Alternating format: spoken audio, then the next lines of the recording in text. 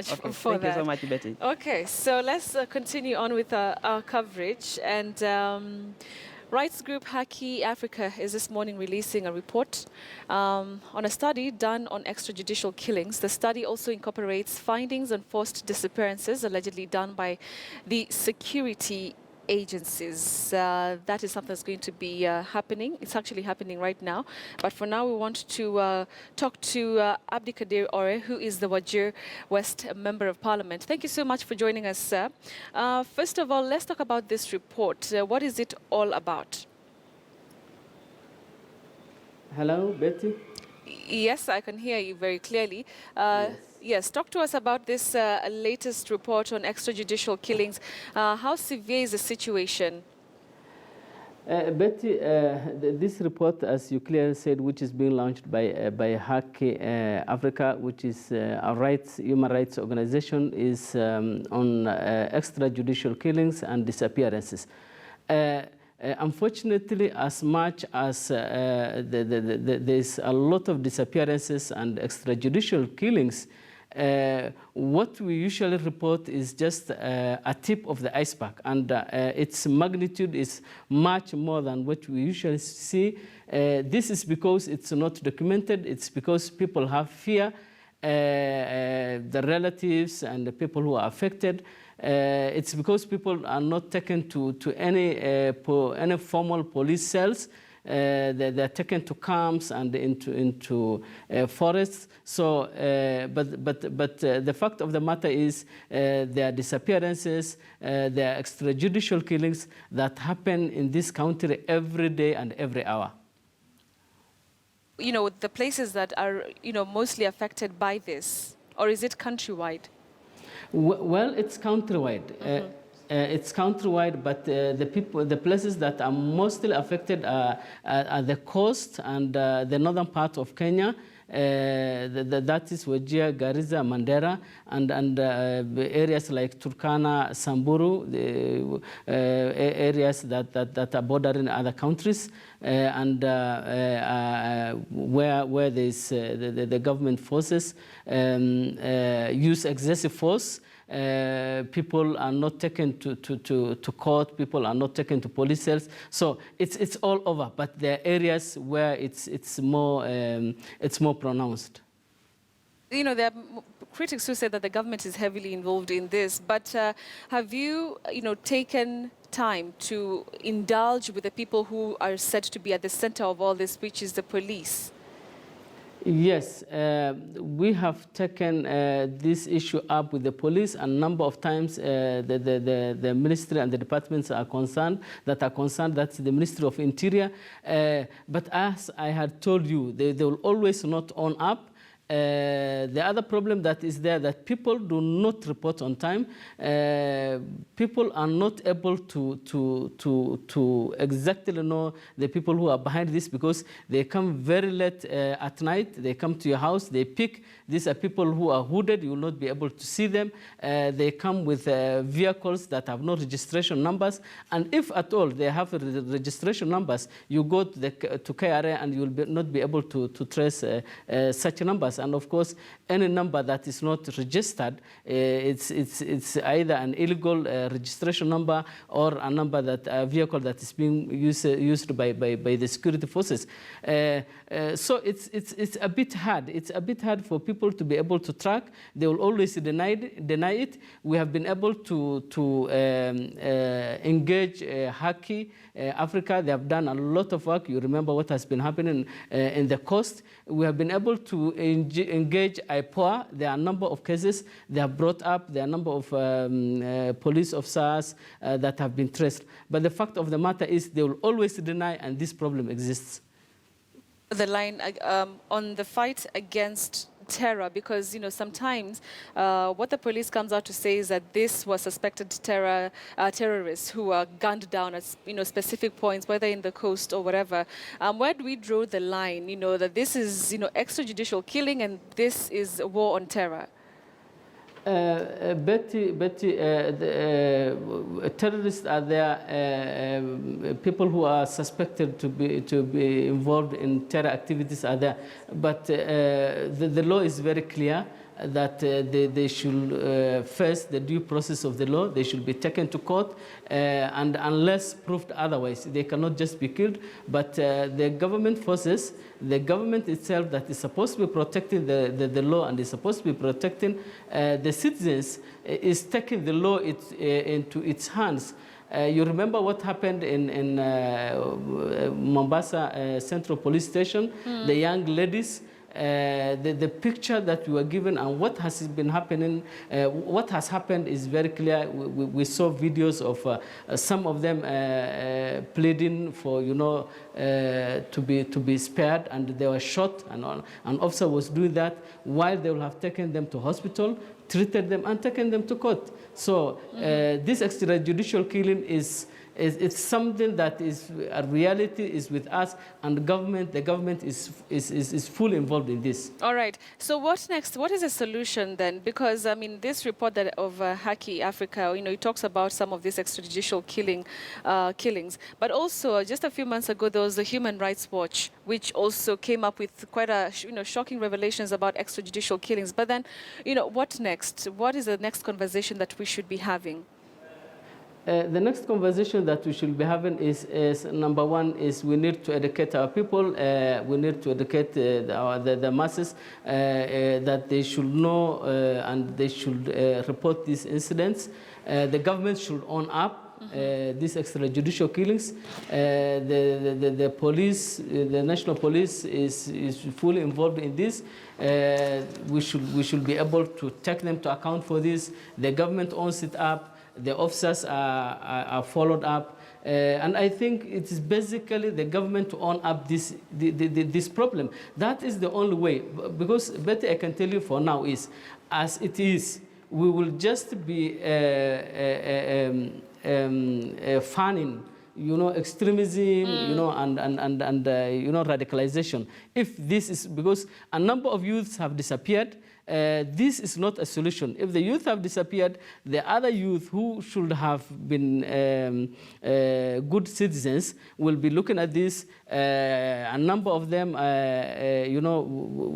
because of this, are turning against the government. They are joining these groups, and they will have the reason to join these groups because the government is not looking for the solution to these issues. All right. Thank you so much, Wajir West, Member of Parliament there, Abdikadir Ore, speaking to us about this latest Haki Africa report that is going to be highlighting, numbers of Kenyans who have been victims of extrajudicial killings. All right. And the fight and the struggle for families to find answers. All right, so we now want to take a look at what's trending just before we wind up the first hour of News Center.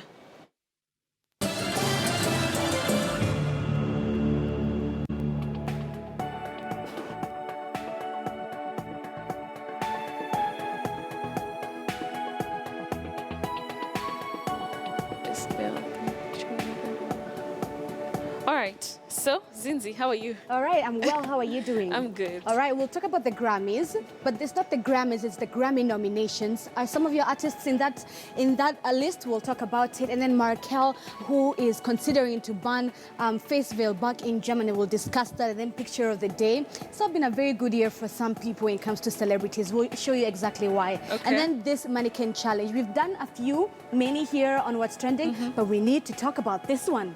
All right? On child soldiers? It's on child soldiers. It just portrays it, and we'll show you at the end of that. Okay, fine. But first, let's begin off with the Grammy Awards. The 59th Grammy Awards will take place next year, 2017. And let me tell you, if there are two key people on this that are dominating, it is Adele and Beyonce. In short, the Grammys... When was the last time I heard Adele's song? What do you mean was the last time you heard Adele's song? Okay, fine. Moving on. Okay.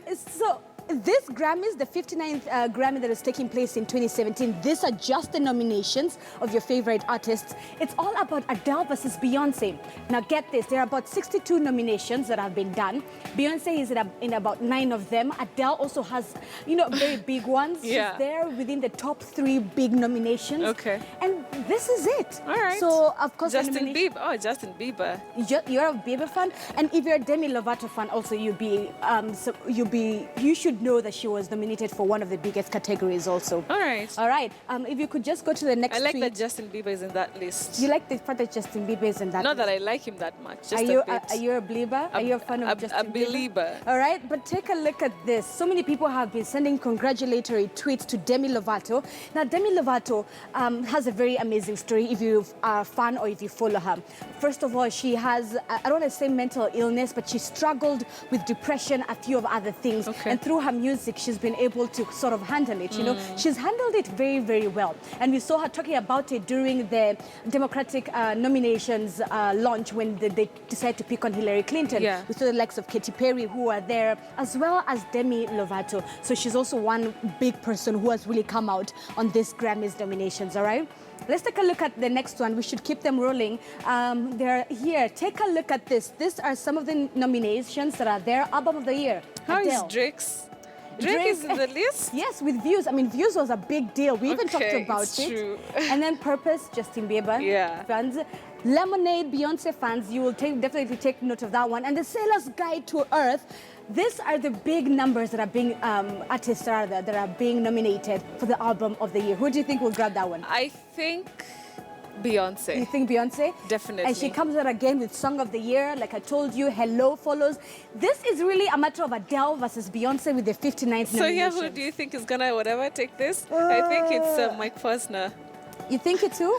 Really? I took Okay, it's because I like that song too much. You love the song? It's okay, and that's the whole point of this. So many people have been looking at the nomination list, and Okay. I've told you there are about 62 of them. Guys were excited ever since the announcement was made on Tuesday morning on CBS, and now we are expecting the 59th Grammy Awards come 2017, and you can be sure we'll be talking about it here on What's Trending. All right, for sure.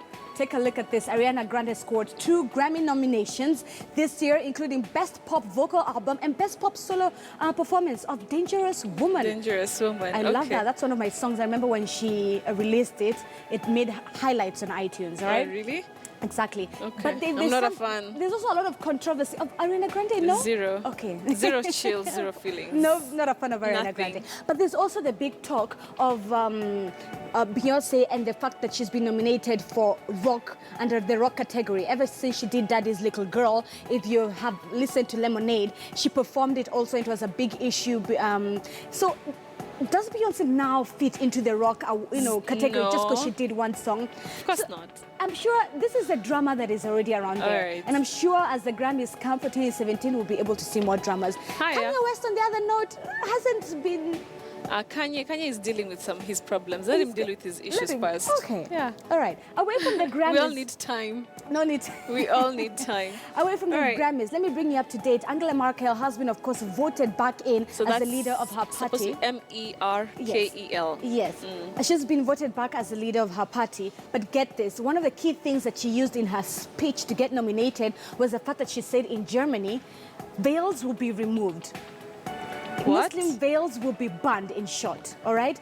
Now, Why now? I mean, what changed? now, what changed, right? Because get this, in 2015, Germany had the biggest intake of refugees, about 1 million of them. So you'd think that they will be a little bit more lenient towards it, but no. She, in her speech, and which, by the way, got a big applause, she said that we are going to see the end of Muslim veils wearing A in full Germany. face veil. Full face veil. So that for the hair, that's fine. Now get this, in different European countries, which we'll talk about right now as we get there, different veils are allowed while others have been banned, all right? Let me quote what she said, inappropriate in their country. That's how she termed it during her speech.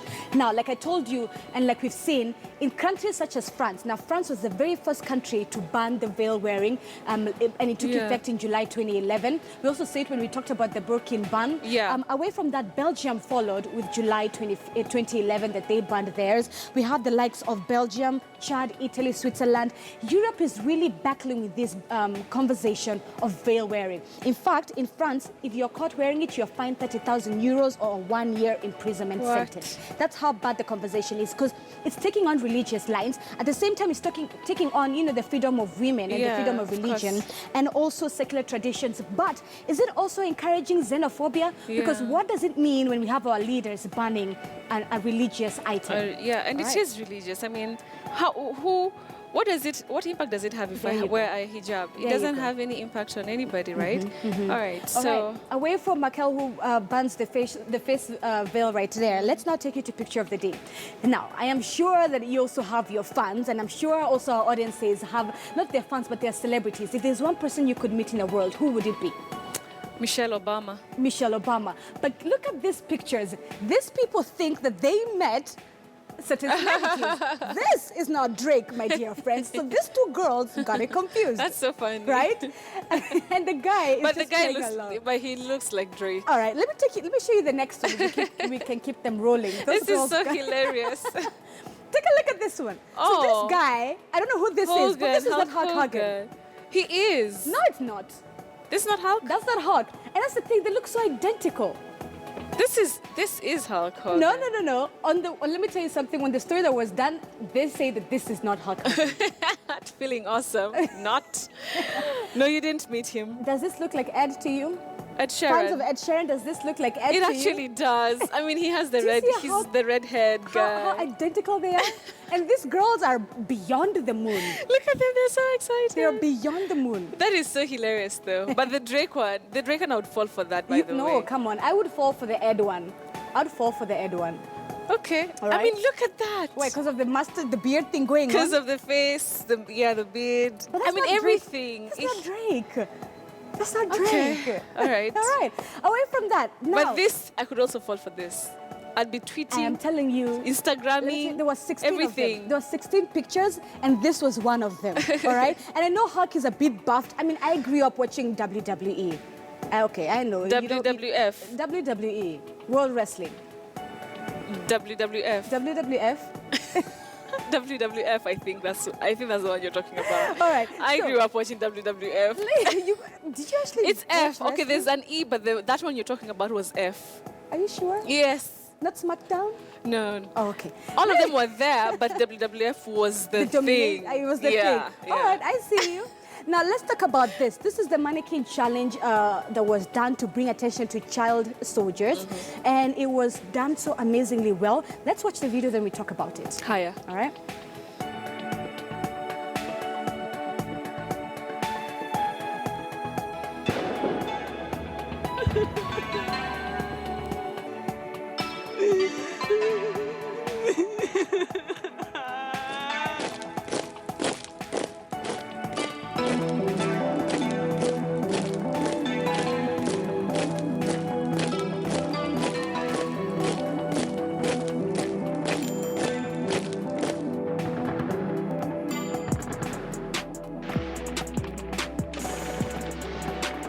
Run.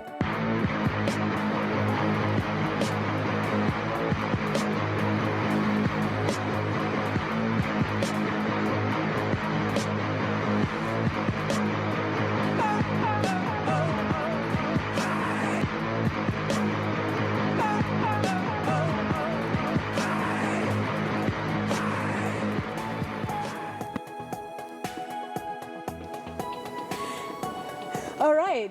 All right. So I love that mannequin challenge for one reason. Yeah. It shows you the problem, child soldiers, yeah?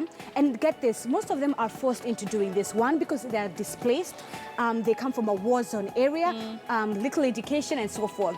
But that one not only shows you the problem, it gives you the solution. At the end, you see one girl pointing and she's Yeah. like, education. Yeah. But that really was powerful. That's a and just powerful using video. a challenge to Yeah. bring attention to something that matters. And, you know, like we've always said here on what's trending, sometimes it just takes these challenges to highlight some issues There you or go. things that are sensations on the internet, to highlight very serious issues. Making- Remember, it was Pokemon. Yes. To highlight the issue In Aleppo. in Aleppo. I love that. You So, remember of that. course I do. Yeah. So Pokemon that was a used to that's bring a powerful attention way. to Aleppo. Yeah, that All was right. not a Pokemon, but that was very powerful. That was very powerful, right? Yeah. And that was amazing. And by the way, just so you know, that Markel vote got 89.5% of the votes. That's how big of the issue was. Okay. Yeah. All right. So, thank you so much, Zinzi.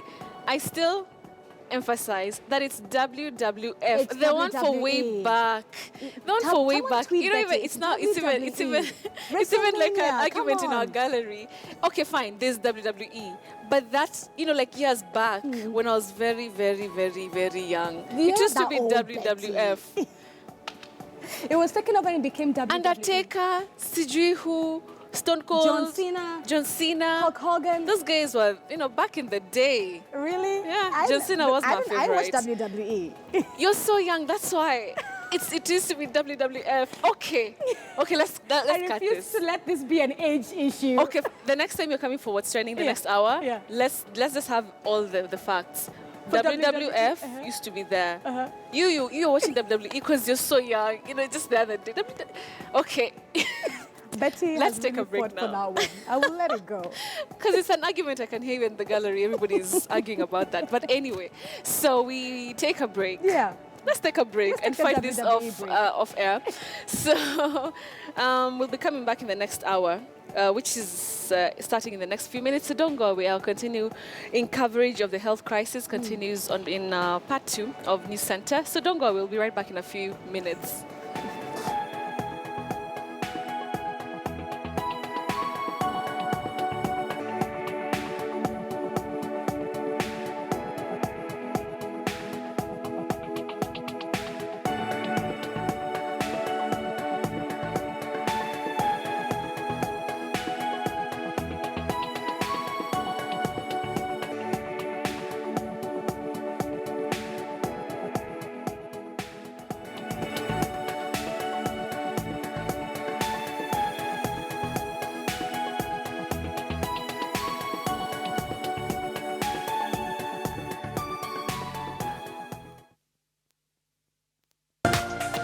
This is KTN News.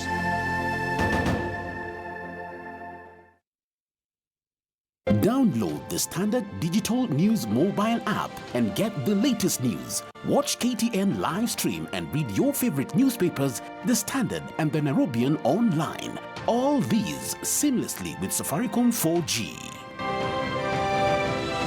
Don't wait. Do things faster. Do things Safaricom 4G.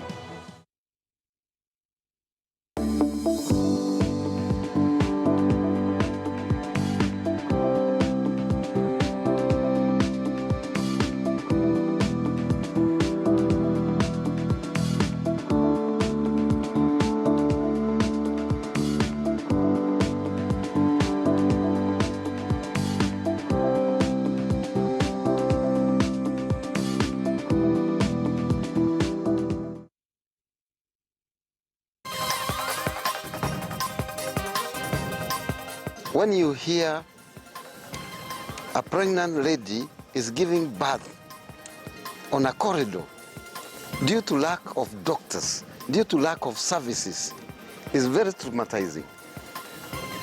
There's no politicking that we are using here.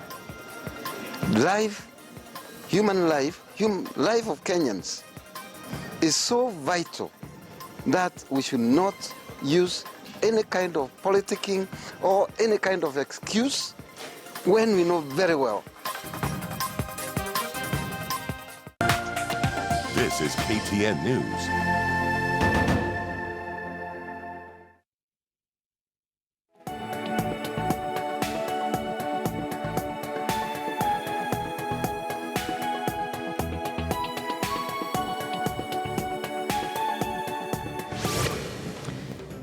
Patients seeking services at public health facilities will continue to suffer today as the nationwide health workers' strike enters its third day today. Despite this, Health CS Dr. Cleopa Mailu reporting progress in the talks last evening, a solution is yet to be found as doctors dig in. Doctors' unions maintain they will not call off the strike unless the government commits to implementing terms of their collective bargaining agreement of 2013.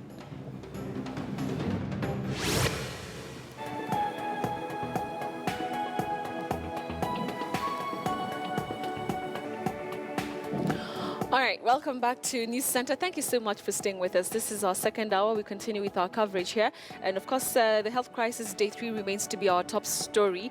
And apart from that, we're also focusing on another problem here in the country, that is, of course, corruption. Earlier on, we had a conversation with Deputy CEO Michael Mobert of the EACC, and we'll be having excerpts of that discussion here on part 2. We're also keeping an eye on the annual Delegates Conference of Teachers Union NAT, which is holding this conference at the Kasarani Stadium. 2,000 delegates are attending the meeting, and we'll be taking you live there to listen in.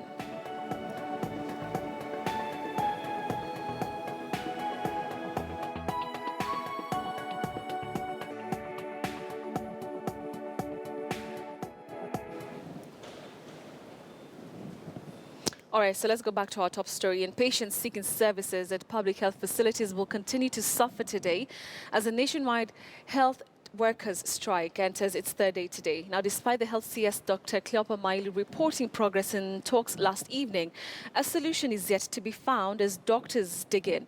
Doctors' unions maintain they will not call off the strike unless the government commits to implementing terms of their collective bargaining agreement of 2013. The problem is set to be compounded further today, with clinical officers also downing their tools. At least 14 patients are reported to have died in the first 2 days of the strike. And like I mentioned, this is our top story today here on KTN News Center. But let's now speak to my colleague Caroline B. Now, we spoke earlier with her. She's at the Afia House.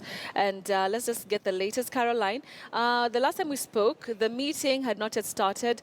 What is happening there right now? Any hope of negotiations, being successful? Well, the meeting has actually started at around 10:12. We had some of the officials from the Doctors' Union being led by Oroko Obegi, Ouma Oluga, Hamisi Machana. Those are the people are actually still walking in for the meeting, which I was also informed that Kisii Governor James Ongwae was present, as well as ministry officials, including CS Cleopa Mailu. That is just an update. We are still expecting nurses to come in for their meeting at around 11 or 12, but it has not been confirmed. But from Uhuru Park, I can actually see there is a number of nurses who are gathering, around 15 of them, and they have just informed me that they are waiting for their union officials as well, from the nurses officials to come, so that they can give them support as they come for the meeting at Afia House. That is just an update that we get, but it's a closed-door meeting currently ongoing at Afia House. Maybe much later we can actually get to speak to the union officials and the Ministry of Health and also the governors to get an update whether they have progressive talks and conclusions, if they will have made any conclusions as of that time. Betty? All right, so let's talk about the clinical officers who have joined in the fray today. What are their demands? Well, for the clinical officers, it's not yet clear on what exactly they want, but there are reports that they are also, seeking for improvement of the services, and their allowances also, getting improved from what they currently have. But it has not yet been confirmed. Yesterday, Cleopa Mailu, the health CS, actually said that he received some documents from the clinical officers, just pointing out that they are going to go on strike. But he pointed out that it was still very unfortunate that for them to present their pleas on one day and purport to go on strike the following day, which is today. But he's still inviting them for negotiations. If at all they have, any pleas that they would like to be met by the government. Vicky? All right, thank you so much, Caroline, for that reporting. Like she mentioned, that meeting is still ongoing, and we will be getting an update, hopefully, once the meeting is over. Different stakeholders are represented there. All right, so let's now speak to my colleague, Francis Ontoma, joining me from Mombasa County. Francis, thank you so much for speaking to us. Talk to us about the latest, what's happening today, especially at the Coast General Hospital. Yesterday, there was not quite, good news coming from there. What is happening today? Well, Betty, it's the third day of the doctors and the nurses strike here in Mombasa, and of course, suffering continues. Nothing actually good that we can report because the situation, if anything, is getting worse by the day. Some 146 plus patients are actually still in the wards, and we are also told that over 30 newborns are still in the wards, and those are numbers that are all waiting to see whether they will be attended to. Actually, it's some sort of desperation, a situation that is one of those hardest stories that as a journalist you can cover, because sometimes you're actually left to wonder what can you do to assist the situation. It's quite bad right now because most of these patients are just streaming into the facility, of course, and the Coast General Hospital specifically being the largest facility here in the region. Most of them are streaming in despite the fact that they know doctors, nurses are not working. They're only going there in the hope that something can be done to them. But nothing much is happening. Most of these people actually return back to their homes because no one is attending to them. We were speaking to unionists and they were clear that they'll not be going back until what they are demanding for is actually placed to them. That is what is happening at the moment. CPDH, for just to paint the picture for you, is the largest facility here. It plays as the referral hospital for over 6 counties here in the Coast region. And of course, when things break here, you understand that it affects the entire region, Betty. So there were reports that in some different regions across the country that emergency situations were being referred to faith-based organizations. Is this the same thing that's happening in Coast?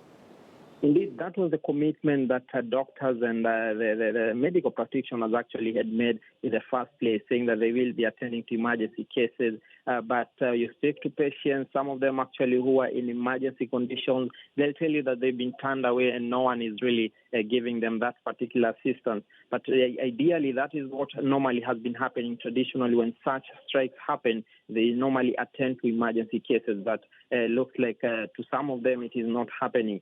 Therefore, suffering continues to most of them. Most of them who are actually giving their tales to us, they are saying they don't have money, in fact, to be able to go and seek for private services at private facilities. And therefore, the only option that they're left with is to go back home and to try and nurse their conditions from home, basically. All right. And finally, has the county government come in to say anything about this situation?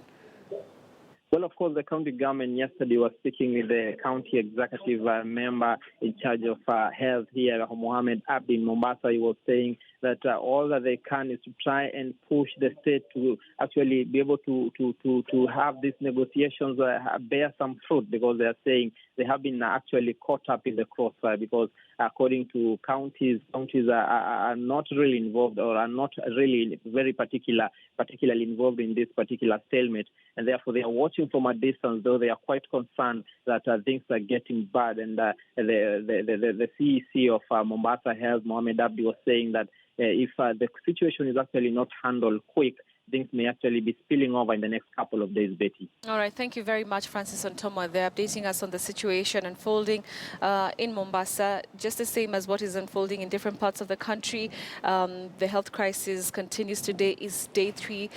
14 people have so far died as a result of this strike. And today, we understand that stakeholders from the ministry, members of the Council of Governors, among the, of course, other people, and the union officials are currently held up in a meeting in Afia House. Hopefully, they will have a breakthrough. So we'll leave that for now, but of course, we'll keep you updated on the latest in regards to this story. But moving on to another developing story, and this time from Kisumu County, where assembly members have voted to force Speaker Anne Adul to step aside over integrity issues. The MCAs accuse the Speaker of demanding 14.1 million shillings imprest, allegedly accrued during the time she was initially suspended. But in a quick rejoinder, the embattled Speaker termed the move as malicious and politically motivated. Rashid Ronald has the story.